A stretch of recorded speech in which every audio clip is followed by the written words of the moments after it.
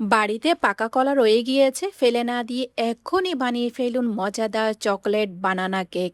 Oven ছাড়াই pressure কুকারে একদম সহজভাবে আপনাদেরকে বেক করে দেখিয়ে দিব। কোনো রকম ওভেন লাগবে না। যদি আপনার ঘরে প্রেসার কুকার থাকে, চটপট এই রেসিপিটি করে নিতে পারবেন। আসসালামু আলাইকুম everyone, welcome to Mehnu's moms kitchen. কেউ কি বিশ্বাস করবেন, পাকা কলা আর আমি প্রেসার কুকারে এই কেকটি তৈরি করেছি। দেখে নিশ্চয় বুঝে নিয়েছেন কতটা সফট, নরম, তুলতুলো হয়েছে। কেকটি তৈরি করার জন্য একটি মিক্সিং বলে আমি 1 কাপ ময়দা নিয়ে নিয়েছি। 1/4 কাপ দিয়ে দিলাম কোকো পাউডার, সাথে দিয়ে দিয়েছি 1 টিস্পুন বেকিং পাউডার। বেকিং পাউডারের সাথে যাবে বেকিং সোডা 1/4 টিস্পুন, খুবই সামান্য পরিমাণ। এরপর দিয়ে দিয়েছি 2 টেবিল স্পুন গুঁড়া দুধ। অবশ্যই এই রেসিপিতে গুঁড়া দুধ দেওয়ার চেষ্টা করবেন।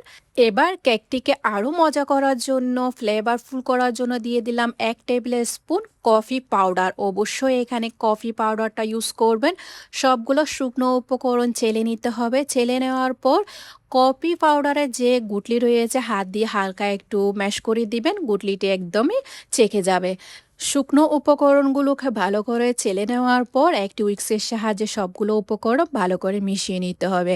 মিশিয়ে নেওয়ার পর এই শুকনো উপকরণগুলোকে আমি একটি পাশে রেখে দিব। এবার আমার লাগছে পাকা কলা। অবশ্যই কলার কেক তৈরি করার সময় কলাটা হতে হবে একদম নরম নরম কলা নেওয়ার চেষ্টা করবেন। এখানে আমি 3টি বড় সাইজের কলা নিয়ে নিয়েছি। কলাগুলোকে একটি ব্লেন্ডার জারে নিয়ে নিলাম। একদম নরম কলা নিয়ে নেবেন, শক্ত হলে রেসিপিটি সুন্দর লাগবে না বা ভালো লাগবে না। নরম কলা নিয়ে নেওয়ার পর এখানে আমি 1/2 কাপ চিনি দিয়ে দিয়েছি। যেহেতু আমি 1 কাপ ময়দা ইউজ করলাম, তাই এখানে আমি 1/2 কাপ চিনি দিয়ে দিলাম। 1/2 কাপ দিয়ে দিয়েছি সয়াবিন তেল। 1 চিমটি পরিমাণ লবণ অবশ্যই দিবেন, মিষ্টি খাবারে লবণ দিলে সুস্বাদু হবে। 1 টিস্পুন দিয়ে দিলাম ভ্যানিলা এসেন্স বা ভ্যানিলা এক্সট্রাক্ট, সাথে দিয়ে দিলাম 2টো ডিম। এখানে আমি লার্জ সাইজের 2টো ডিম নিয়ে নিয়েছি। যদি একদমই ছোট সাইজের ডিম হয় তাহলে 3টি ডিম দিয়ে দিবেন। 2 টেবিল স্পুন আমি টক দই দিয়ে দিয়েছি। এরপর ব্লেন্ডার জারের ঢাকনা দিয়ে ভালো করে ব্লেন্ড করে নিতে হবে। ব্লেন্ড করার পর হাত দিয়ে একটু ধরে দেখবেন চিনি মিশে গিয়েছে কিনা। যদি মিশে না যায়, দানাদার ভাব থাকে, তাহলে আর একটু ভালো করে ব্লেন্ড করে নেবেন। এবার ব্লেন্ড করে রাখা লিকুইড মিশ্রণটা শুকনো উপকরণে দিতে থাকবো আর উইক্সের সাহায্যে মিশাতে থাকবো, যেন কোনো প্রকার গুটলি বেঁধে নেওয়া যায়। তার জন্য উইক্সের সাহায্যে ভালো করে মিশিয়ে নিতে হবে। এখানে ভয় পাওয়ার কিছুই নেই, আপনার সুবিধা অনুযায়ী মিক্স করে নেবেন। মিক্স করে নেওয়ার পর লিকুইড মিশ্রণটা ঠিক এমনই রাখতে হবে। কেকের মিশ্রণটা দেখে নিশ্চয়ই বুঝে নিয়েছেন কত সুন্দর পারফেক্ট মেজারমেন্টটি ফলো করে আপনারা এরকম সফট, নরম, তুলতুলে পারফেক্ট কেক তৈরি করে নিতে পারবেন। তারপরে এখানে আরও সুস্বাদু করার জন্য আমি দিয়ে দিলাম মিল্ক এবং ডার্ক চকলেট। চকলেটের পরিমাণটা আমি বলে দিচ্ছি না, আমি গ্রেট করে বা টুকরা করে ছোট ছোট একটু করে টুকরা করে মিল্ক এবং ডার্ক চকলেট দিয়ে দিলাম আরও সুস্বাদু করার জন্য কেকটাকে। যদি মিল্ক অ্যান্ড ডার্ক চকলেট এভাবে না থাকে তাহলে আপনারা চকলেট চিপসটাও ইউজ করতে পারেন। আলতো হাতে ভালো করে মিশিয়ে নিয়েছি। কেকের ব্যাটারটা তৈরি হয়ে গিয়েছে, ঠিক এমনই রাখবেন কেকের ব্যাটারের ঘনত্বটা। এরপর আমি যে মোল্ডে বেক করব ওই মোল্ডটা নিয়ে নিয়েছি। আমি একটি 6 ইঞ্চি সাইজের মোল্ড নিয়ে নিয়েছি। মোল্ডটাকে ভালো করে তেল মাখিয়ে নিলাম বা ব্রাশ করে নেবেন। 6 ইঞ্চি কেক মোল্ডটাকে ভালো করে তেল লাগিয়ে নেওয়ার পর এবার সব জায়গায় সুন্দর করে আমি ময়দা ছিটিয়ে দিয়েছি। ময়দাগুলোকে সুন্দর করে সব জায়গায় ছড়িয়ে দেওয়ার পর আমার দেখানো মতো এভাবে করে মোলটা রেডি করে নেবেন। অতিরিক্ত ময়দাগুলোকে আমি ফেলে দিব। দেখে নিশ্চয় বুঝে নিয়েছেন আমি কাজটাকে কিভাবে করছি। ময়দা যখন মোল্ডের সাথে ভালো করে লেগে যাবে তখন এক্সেস ময়দাটাকে আমি বাড়ি দিয়ে ফেলে দিয়েছি। মোলটা রেডি হয়ে গিয়েছে, আমি এক পাশে রেখে দিব। আজকে বলেছিলাম আমি কেকটাকে প্রেসার কুকারে বেক করব, তার জন্য চুলায় একটি প্রেসার কুকার বসিয়ে দিয়েছি। চুলা এখনও জ্বালাইনি।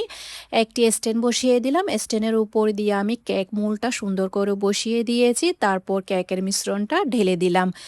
আগে মিশ্রণের সাথে কেক মোল্ড দিতে যাবেন না, প্রথমে আপনারা কেক মোল্ডটা বসাবেন, তারপরে আপনারা কেকের মিশ্রণটা দিয়ে দিবেন।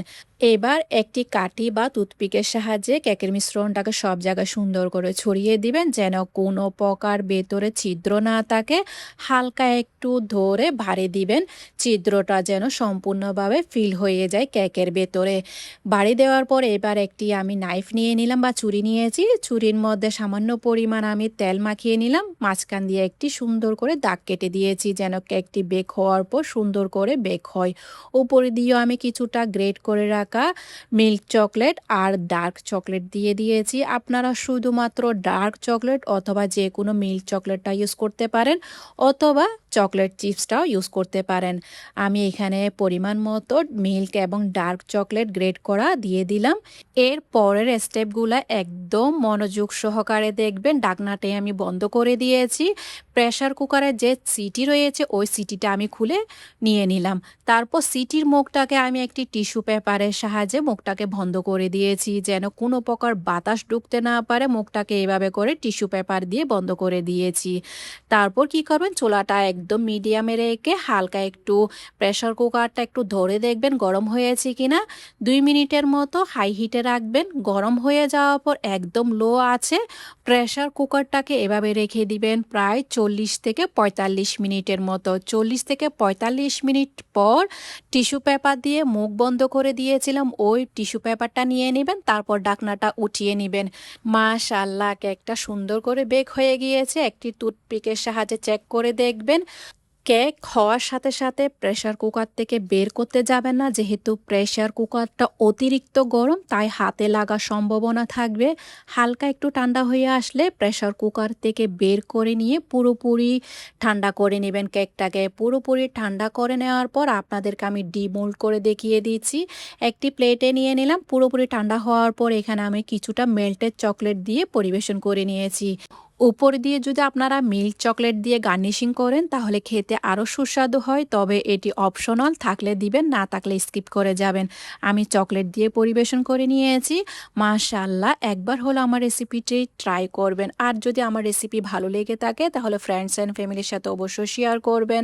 লাইক, কমেন্ট, সাবস্ক্রাইব করতে একদমই ভুলবেন না। আর আমার ফেসবুক পেজটাকে অবশ্যই ফলো করে দিয়ে যাবেন। আপনাদেরকে আমি কেটে দেখিয়ে দিচ্ছি ভেতরটা কতটা সফট, নরম, তুলতুলো হয়েছে। আমার রেসিপিটি ফলো করে যদি আপনারা কেকটা তৈরি করেন তাহলে কেউ বিশ্বাস করবে না যে এইটি পাকা কলা দিয়ে আপনারা কেকটা তৈরি করেছেন। আমি আপনাদেরকে কেটে দেখিয়ে দিচ্ছি কতটা সফট, নরম, তুলতুলো হয়েছে, ভেঙেও দেখিয়ে দিব।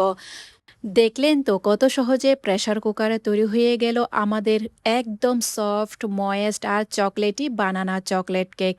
এক টুকরা কেটে দেখলেই বুঝতে পারবেন কেকটা কতটা নরম হয়েছে। যাদের ওভেন নাই তারা মন খারাপের কিছুই নেই। আজকে আমার রেসিপিটি ফলো করে দেখে শিখে আপনারা প্রেসার কুকারে সুন্দর করে পাকা কলা দিয়ে এই রেসিপিটি করে নিতে পারবেন। আশা করছি ভালো লেগেছে। আজকে তাহলে এ পর্যন্ত। দেখা হচ্ছে নতুন আরেকটি রেসিপি নিয়ে। সে পর্যন্ত ভালো থাকবেন, সুস্থ থাকবেন, আমার জন্য দোয়া করবেন।